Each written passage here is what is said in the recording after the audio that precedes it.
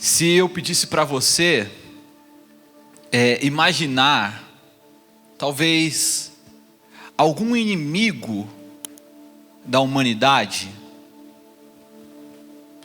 algum vilão que assombra os homens, o que é que você imaginaria? Você já parou para pensar nisso? Às vezes nós nos imaginamos como super-heróis, não é? É ou não é verdade? Alguém já se imaginou assim? Não? Caramba, gente. Mas dificilmente nós imaginamos quais são os vilões da humanidade. E às vezes quando nós pensamos, talvez a gente diga, olha, as brigas, as traições, as mentiras, o grande vilão é a doença, ou talvez a corrupção. E é verdade que tudo isso são coisas que assombram e atrapalham a humanidade. Mas se nós pensarmos um pouco mais profundo, e talvez um pouco diferente, talvez a gente venha perceber que um dos mais perigosos vilões, ou vilão, que assombra os homens e que destrói cada um de nós, chama-se conforto. O conforto é poderoso para destruir até os mais poderosos entre nós.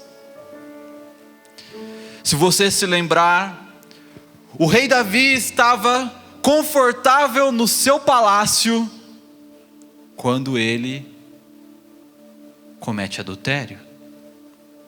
Da mesma forma, Pedro estava confortavelmente dormindo no Getsêmani quando ele acorda e arranca a orelha de um soldado. Também estava Sansão dormindo tranquilo no colo de Dalila quando o seu voto é quebrado de uma vez. Ou então Noé, que depois de todo um dilúvio, planta uma vinha e confortavelmente se embriaga com o vinho. Mesmo os grandes heróis, mesmo aquelas pessoas que nós dizemos, olha, não há quem possa vencê-la,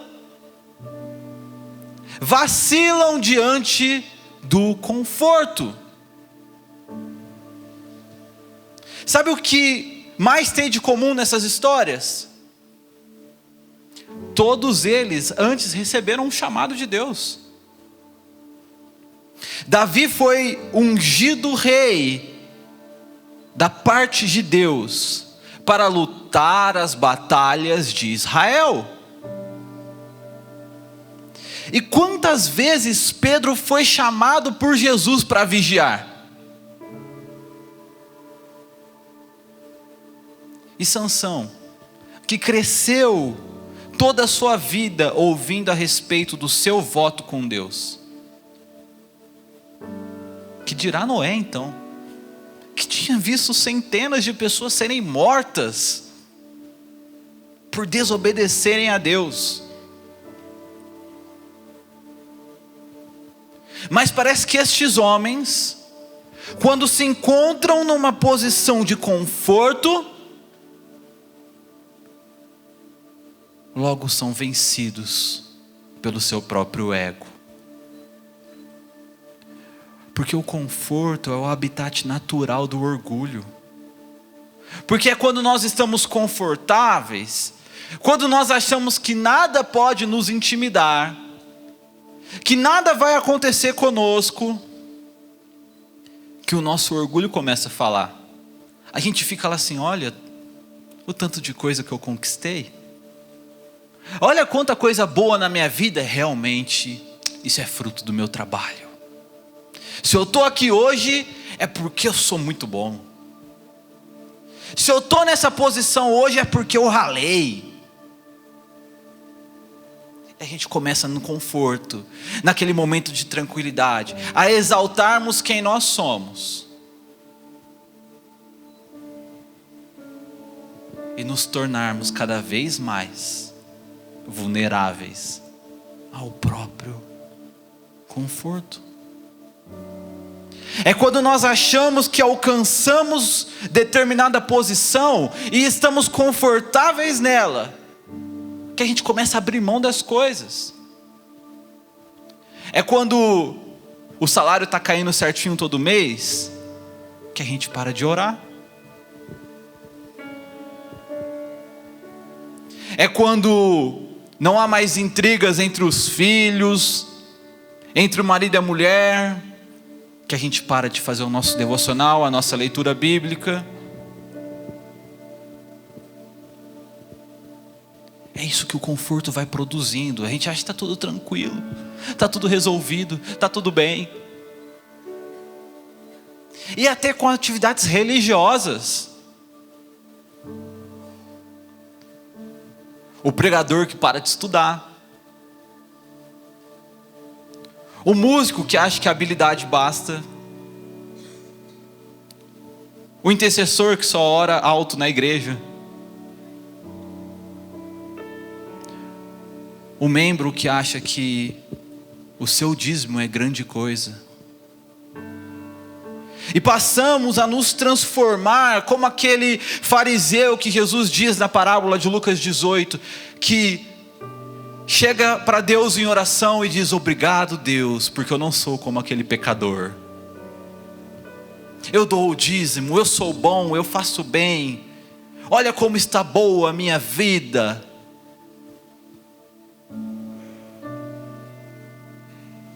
Nós vamos nos sentindo confortáveis.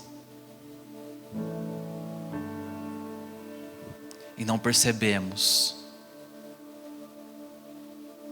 que é aí que nós estamos nos fragilizando. Se você ler a Bíblia, você vai encontrar um ser, um só, que se preocupa em oferecer conforto sem a necessidade que se passe pelo caminho do sofrimento. Sabe quem é esse ser? O diabo. Desde o Éden, quando ele diz: olha, se vocês comerem, vocês vão ser como Deus. Até diante de Jesus, quando ele fala: olha, se você se prostrar e me adorar, você vai ser rei sobre todos estes reinos. Só há um ser que se preocupa em entregar conforto, sem fazer com que você passe pelo caminho da humilhação e do sofrimento. Satanás. Deus não é assim. Deus não é assim, porque Ele é amor. Ele não é assim, porque Ele nos ama. E é justamente aqui que nós nos encontramos com o nosso querido personagem, Nabucodonosor. Daniel capítulo 4, versículo 4. Gostaria que você lesse comigo. Diz assim: eu, Nabucodonosor, estava sossegado. Essa palavra no aramaico significa literalmente sem se preocupar com nada. Eu estava sem nenhuma preocupação. Em minha casa e próspero no meu palácio.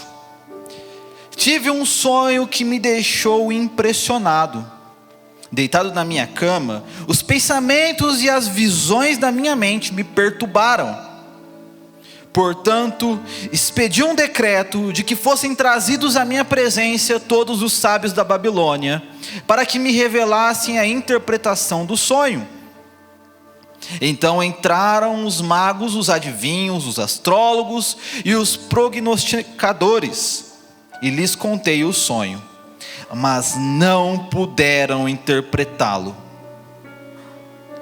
Por fim, veio à minha presença Daniel, cujo nome é Beltesazar, conforme o nome do meu Deus, e que tem o espírito dos deuses santos, e eu lhe contei o sonho.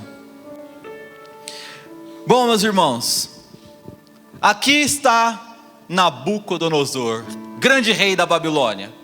E como ele está no palácio dele? Sossegado, confortável, tranquilo, próspero no seu reino, sem nenhuma preocupação na mente.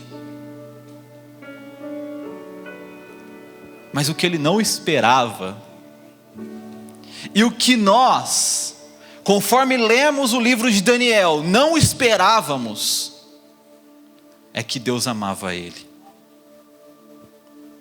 E porque Deus o amava, Deus perturbou o seu sossego. Sabe, meus irmãos, quantas vezes Deus já não havia chamado Nabucodonosor? Ele havia visto o agir de Deus quando os homens que renunciaram os seus banquetes se tornaram mais sábios. Ele havia visto de perto que somente o Deus de Daniel e seus amigos era o Deus que revelava mistérios. Ele viu o próprio Deus caminhar na fornalha.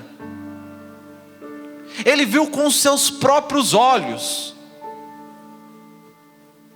Alguém aqui já viu Deus com os próprios olhos? Nabucodonosor viu.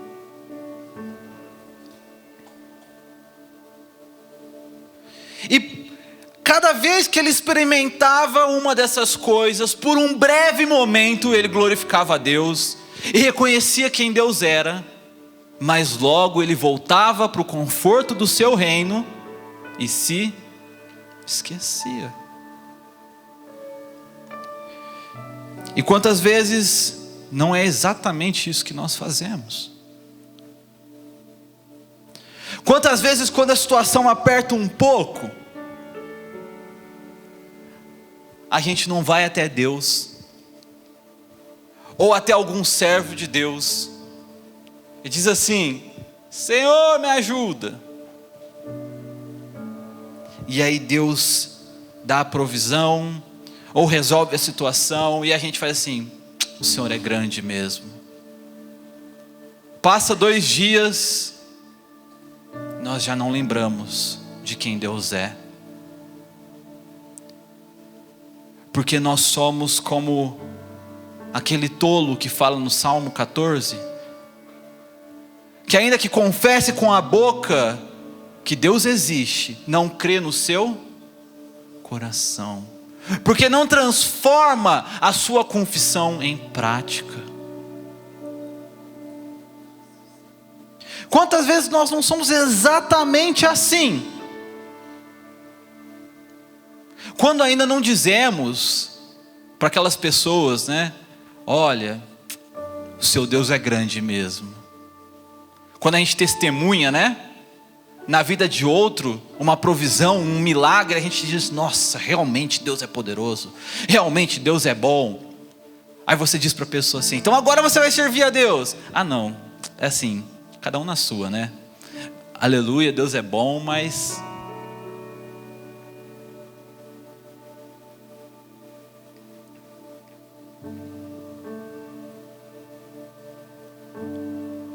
Mas quando Deus ama alguém, não importa quantos chamados Ele faça, Ele vai até o fim. Sabe, meus irmãos, eu quero dizer para vocês que não importa quem você é, Não importa quem você foi. Quando Deus te ama, mesmo que você já tenha negado o seu chamado diversas vezes, Ele vai atrás de você. Porque a Bíblia nos ensina que Deus escolheu um povo, que Deus elegeu esse povo e que Deus o amou. E mesmo que uma de suas ovelhas, uma de 100 se perca, Ele deixa tudo para ir atrás. Porque esse é o amor de Deus. E não pense que Nabucodonosor não estava fugindo, porque ele estava. Pensa comigo, gente. Quem já tinha revelado um sonho dele? Daniel. Quem ele tinha que chamar? Daniel. Mas quem ele chama? Todos os outros magos, sábios, astrólogos, todos aqueles que já tinham provado que eram ineficientes para aquela missão. Mas é duro dar o braço a torcer.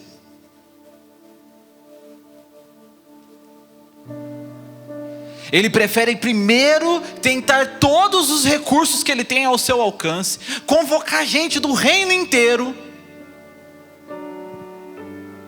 antes de se dobrar diante de quem realmente pode resolver. E novamente, não é exatamente isso que a gente faz. Quando um problema aparece na nossa vida, nós sabemos qual é o caminho da resolução. Nós sabemos diante de quem nós vamos ter solução. Mas o nosso coração orgulhoso, que olha para os recursos e os conta, prefere gastar tudo o que tem antes de se dobrar diante de Deus. Prefere ouvir conselhos de todos os lugares antes de ouvir os conselhos de Deus. Procura ajuda com quem não pode ajudar.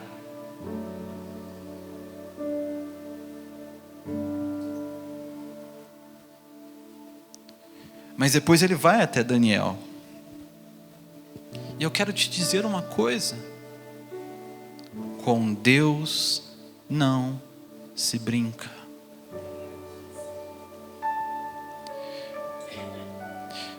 Uma lição de vida importante para nós.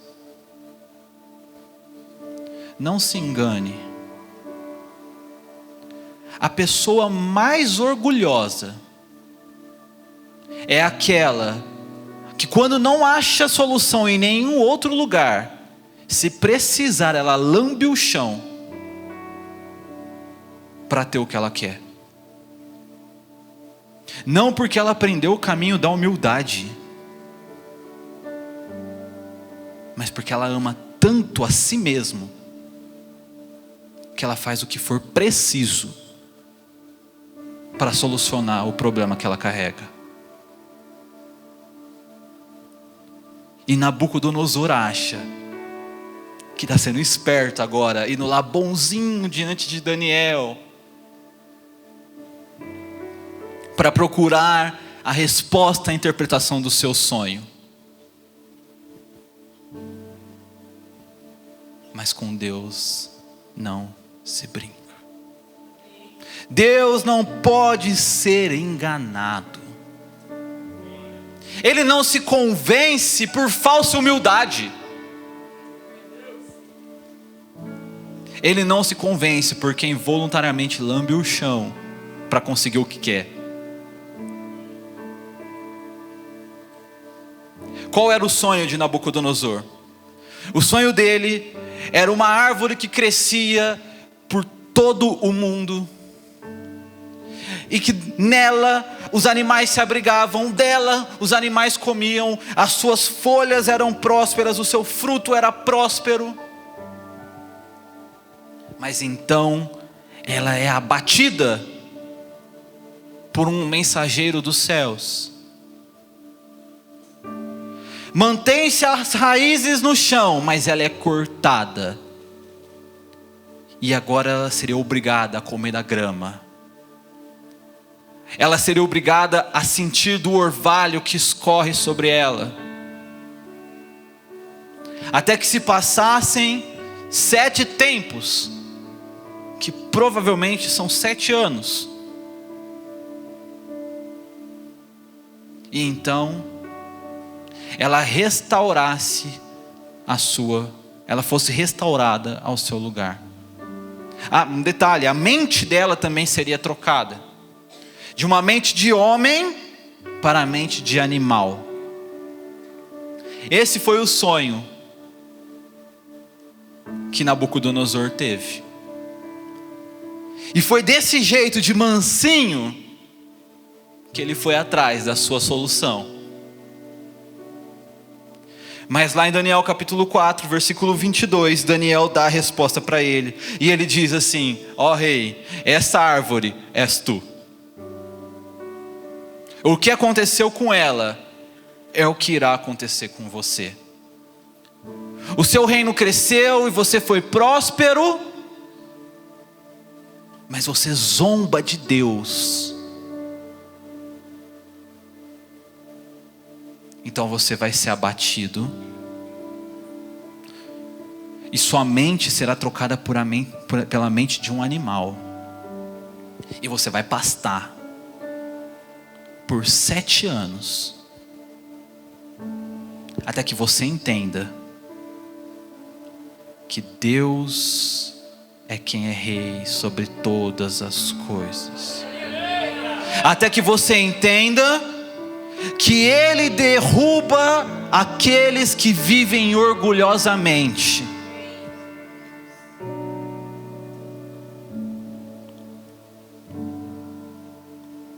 E no versículo 29 a gente vê: depois de 12 meses, quando andava no palácio real da Babilônia, o rei disse: não é esta grande Babilônia que edifiquei para a morada real, pela força do meu poder e para a glória da minha majestade? O rei ainda estava falando, quando veio uma voz do céu: a ti se diz, ó rei Nabucodonosor, o reino te foi tirado. E tudo aquilo que foi previsto no sonho acontece com ele.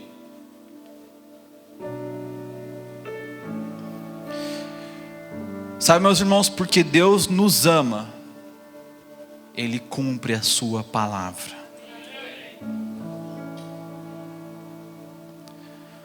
Às vezes nós nos esquecemos disso.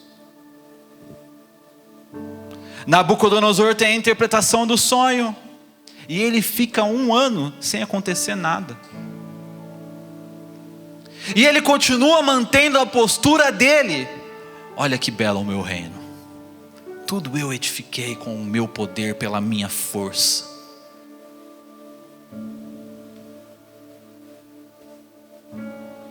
Ele passa a agir como se Deus não fosse agir. Mas a palavra de Deus se cumpre, porque Ele nos ama.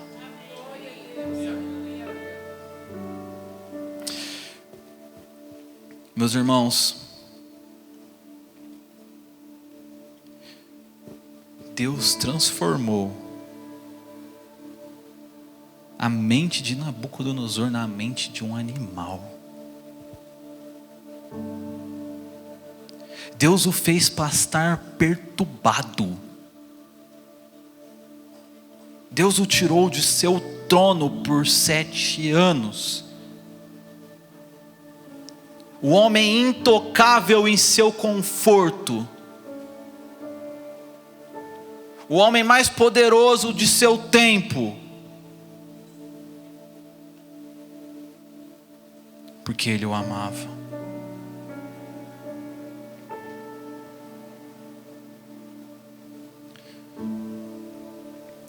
Nós nunca saberemos o quanto somos amados por alguém, enquanto nós não percebermos o quanto nós somos horríveis. Você nunca vai saber o quanto alguém te ama, enquanto você não perceber quão miserável você é, quão chato você é, quão irritante você é, quão cheio de vícios você é, quão difícil você é.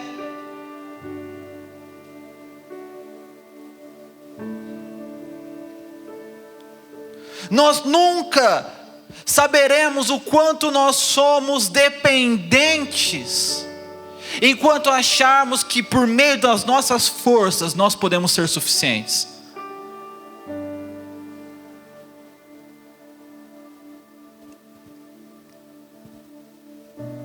É por isso que Deus nos humilha. É por isso que Deus nos faz passar pelo caminho do sofrimento. É por isso que Deus nos permite passar por dor. É por isso que Deus balança as águas.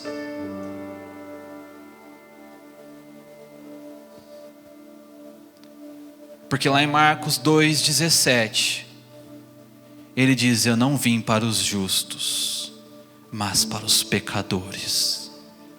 Não são os sãos, não são os bons que precisam de remédio, mas os doentes. Sabe qual é o problema do conforto?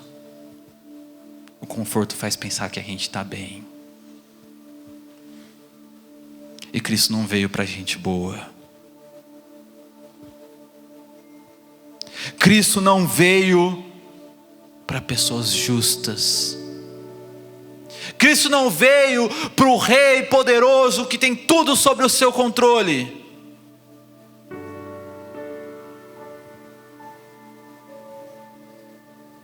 O evangelho de Jesus é esse. Ele veio para salvar pecadores, dos quais eu sou o pior, diz o apóstolo Paulo. É por isso que Deus põe espinhos na sua carne.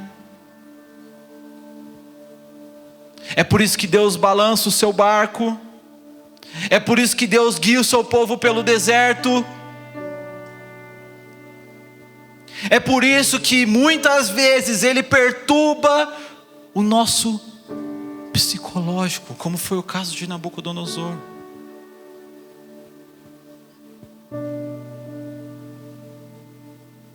Porque como nós poderemos receber os méritos de Jesus, se nós ainda estivermos carregando os nossos méritos?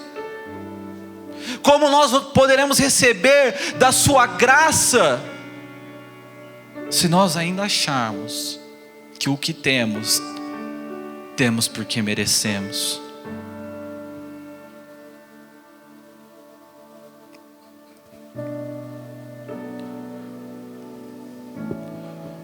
No Evangelho de Jesus, o caminho para cima é o caminho para baixo. Só quem perde pode ganhar. Só quem perde é quem ganha.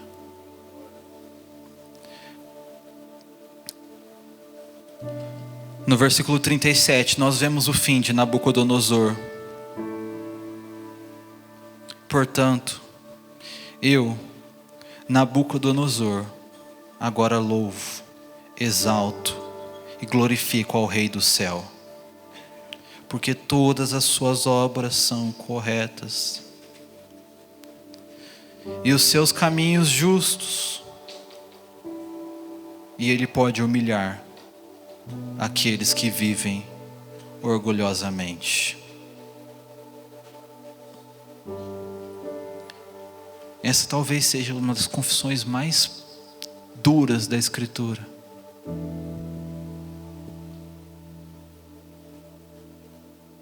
Uma das confissões mais fortes sobre o amor de Deus, sobre a obra de Jesus.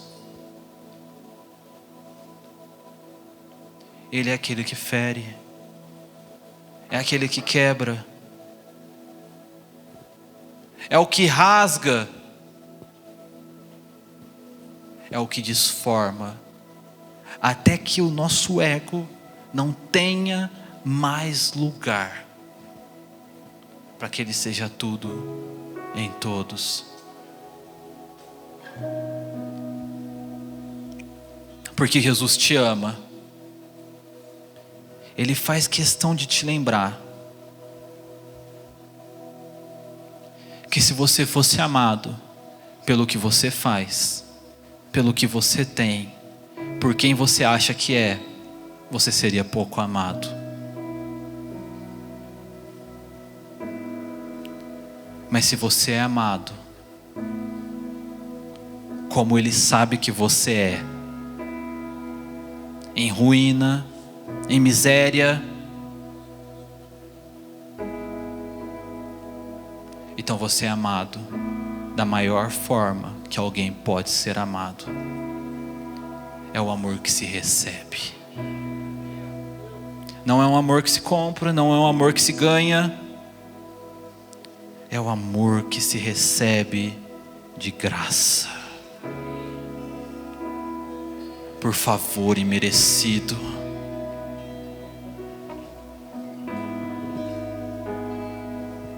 É assim que Deus nos ama. Eu gostaria que você ficasse de pé no seu lugar.